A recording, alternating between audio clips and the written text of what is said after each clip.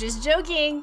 Today we're going to talk about prepping non-traditional planters so that way you can grow some plants inside in some really cool containers. All right, as you can probably tell by my selection, I have recently visited Michael's and gone through their Halloween planter decor selection and got some really neat finds. So today's video is how to properly prep these because they aren't ideal for planting, but you can make them be that way with just a few easy steps. The first thing you want to do is thoroughly investigate your planter. The lovely veiled lady that I have here today has a defect. Let me show you. Hopefully you can see inside there that deep within, down here, you see the light switching? She has a crack because she is a poured resin structure and has a issue where seepage could occur. So these poured resin style containers can have those defects in them. So you want to make sure to investigate your planter thoroughly to make sure that's not there. Because that's there, I can fix it with this. And what is this? Well, this is flex tape. This is a waterproof tape. So the concept is that I can really easily cut off a section of tape and place it in there. It'll form to that section and it will stop from leaks occurring. Now, some of you might go, oh, but wouldn't it be cool if she leaked there? Well, it's right here, which is the bottom of her chin. That's really not the optimal area to have some mysterious leakage. If it was around her eyes, that might be cool, but then it's gonna make a mess. So you'd have to put her on a tray and it would probably cause staining and you might not be able to keep the moisture level right for your plants. So that's up to you. Okay, I finally got the tape uncovered. And so I'm gonna peel back and you can see how sticky it is. That's a good thing and a bad thing at the same time. But I don't need a big section. I just have that small defect. So I'm just gonna try to peel back just a small portion of this and then just cut off a little square to put and make sure I have good coverage. I want to have some excess coverage just so it can stick really well. Now, some people might be like, well, why don't you just use an epoxy or a putty? Well, that's because I'm not actually adhering two sides together. I'm just trying to seal that gap. This is really sticky. All right. I'm going in. And because it's molded on the inside to reflect the molding on the outside, I really need to work in there with my finger and make sure that I have good adhesion to all of the edges. Because if I leave an edge that's not stuck, then that's just going to be an area for moisture to escape. And that's what I'm trying to prevent. If you find that you have an area that's difficult for you to reach with your hand, because your hand might be too big to fit in there, try the end of a wooden spoon or a dowel, and that may help you get to those hard to reach places and get the tape to adhere appropriately. But in this instance, my hands are small enough and it's just right here. So I was able to work that piece of tape in there and make sure that I am well sealed. I'm going to check for other areas of defects and I don't see any, so yay. This particular planter will look equally lovely filled with lights rather than plants, but this is a planting channel, so let's continue on with plants. Now, as you can tell, I don't have any drainage holes, and drainage is really important for indoor plants as well as outdoor plants. So what I'm going to do next is I'm going to fill the bottom with perlite or gravel or something that's going to create a drainage layer for my plants. That way I don't have dirt all the way to the bottom and that the moisture is going to sit there and create like a little mini bog. Having that drainage layer that will separate from the earth, from the dirt that I'm going to put in there, is going to help maintain a good moisture level, but not too much moisture. And that's what's really important. On top of that, if I'm really concerned, I can also add a thin layer of activated charcoal. You can get this through an aquarium supply. I'll make sure to link the one that I use in the description below. And what that does is it helps keep any unwanted odors to a minimum. It's not necessary, But if you have had that problem in the past with other planters, then go ahead and just do that a little bit before you add your dirt. Okay, so now that my drainage layer is in place, it's time to add the dirt. And you don't want to add just any dirt if you're going to keep this on the inside. Outside, you can have more opportunities to use just a potting soil if you like. But if you want this indoors, like I'm going to do with my lovely lady here, you want to make sure that you have an indoor style potting mix. The reason being is that you want to make sure that the soil that you're using doesn't have any insects in it. There are plenty of insects that are beneficial in dirt that it's not an issue to have them outside, but inside your house you could end up with soil gnats or something unsightly that you really don't want in your house. So getting an indoor mix or something that's been irradiated, I believe is what they actually do, is going to help keep those pests at bay so you don't have bugs in your house.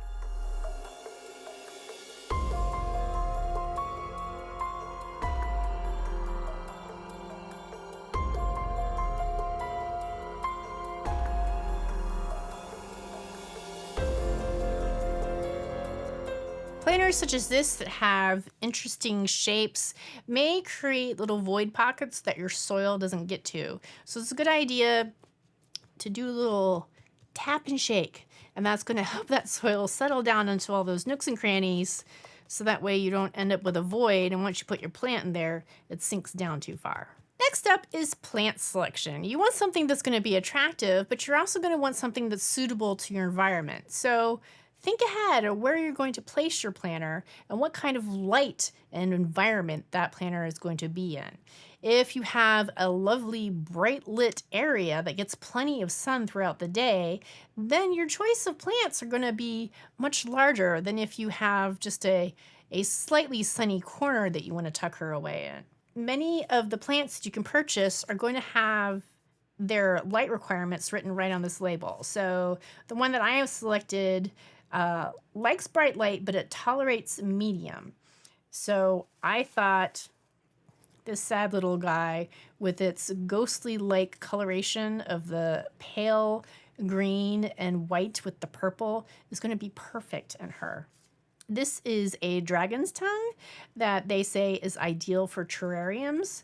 So she's going to like to be kept moist. So I'm going to make sure that I water her weekly. And it says all the instructions right on your tab. And make sure that wherever you purchase your plants, you do get all the instructions that you need to make sure that your plants stay healthy. Also, you want to investigate the plant and look and see if there's any damaged leaves. There were a few damaged leaves on this specimen, but they weren't showing any signs of rot on the main stem, so I made sure to investigate that and make sure that I had a healthy plant. You don't want something that shows rot on the main stem, because that's basically something you're not going to be able to save. A few damaged leaves, such as this guy on the rosemary, that's fine. Those will be replaced. But as long as the main stem is nice and healthy, you should be good to go. Many of the houseplants that you can purchase at the store don't want to be buried above their natural soil level. So check out their soil level in their pot and make sure that you have placed enough soil beneath that will sit at that soil level. So I have done so here, so that way I'm not going to build more dirt above the crown of the plant. Lots of plants are not tolerant to having more soil above the crown of the plant, but some thrive, such as tomatoes. Tomatoes, you can bury half of their height in the dirt as long as you pinch off the leaves that are going to get buried, and it's just going to create more roots. I don't think that's the situation for this particular plant. So I'm gently massaging the pot while supporting the plant so I can remove the plant from its pot without damaging the plant or any of its roots. I am noticing that there's a little slug on the bottom of this pot. So once I get it removed here, I'm going to check out the soil and make sure I don't have any more bug friends in there, because I don't want them in my plant. It looks like we're good to go. I think it was just a little hitchhiker on the bottom trying to get some of the moisture. If you notice, this had the wicking system on the bottom of the pot, and that was meant that they could water these plants from the bottom and it would wick the moisture up into the plant. Now I'm just going to carefully place my plant. I think this is going to be so cool once this plant matures. But now I do need to carefully remove it without damaging anything, which may be a little difficult, but I did it. And I've noticed that around the circumference, I need to add a little bit more dirt so that way my plant fits in there nicely. But I do want to leave a void in the middle for my root system to fit in. But because the way this planter is designed, I'm not going to be able to get that dirt around the edges once the plant is in there. So it's a little tricky, and you just kind of pat it in with your hand. You can use your squirt bottle, your friendly squirt bottle. Everybody's got to have one of those for this. And that'll moisten the dirt enough that it may compact a little nicely for you. So it won't keep falling back in like I'm having problems. And now that I've got it placed back in there, I can tuck a little more dirt around this top side and make a big giant mess in the process. If you're not making a mess, you're not gardening, right? I feel like I'm getting more dirt on the table than I am in this planter. So if you're working indoors on a table like I am, it's probably a good idea to make sure that you cover your table first with like a paper shopping bag would be perfect. Would be great repurposing use of that, because then you could just easily take that bag up and put your dirt back into your planting bag and not have it all over the place.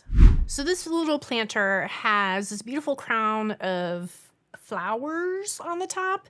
So there's tons of nooks and crannies up here for dirt to settle in. So I'm just going to take a paintbrush and dust my dirt back into the planter section so I don't have excess dirt just hanging out on the top of my planter.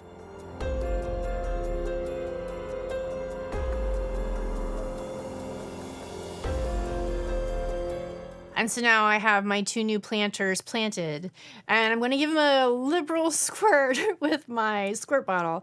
Now, this squirt bottle is my new upgraded squirt bottle, and the coolest thing about it is that you can even squirt with it upside down. Notice how the intake is weighted, so it's going to move to where the water is. And I think that's great.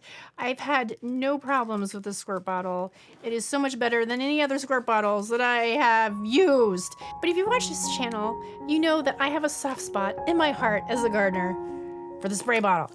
Because I just transplanted these and I want to make sure that they're well watered, I am going to liberally spritz them. Also, I'm going to push apart some of the leaves to make sure, again, that I didn't oversoil that, because I want to make sure that I'm not going to cause any problems for my plants. I've opted for rosemary and this guy that kind of reminds me of Groot, because I thought the texture of the rosemary would be perfect for the texture of this planter. Also, I would be remiss if I didn't tell you how I found out about these particular planters. If you have a certain aesthetic, I encourage you to go onto Facebook or other social media and find a group that may share your passion about a particular aesthetic. So for me, as you can probably tell by my Halloween-related decor, I love the moody, creepy kind of vibe for my interior.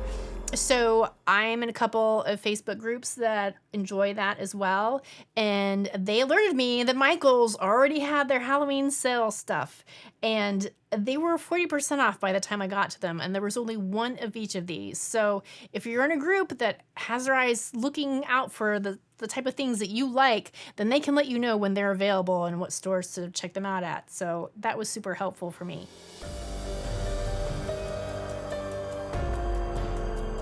I hope you've enjoyed this video. If you have any comments or suggestions, please let me know in the comments below, and I'll see you next time on Plant Life.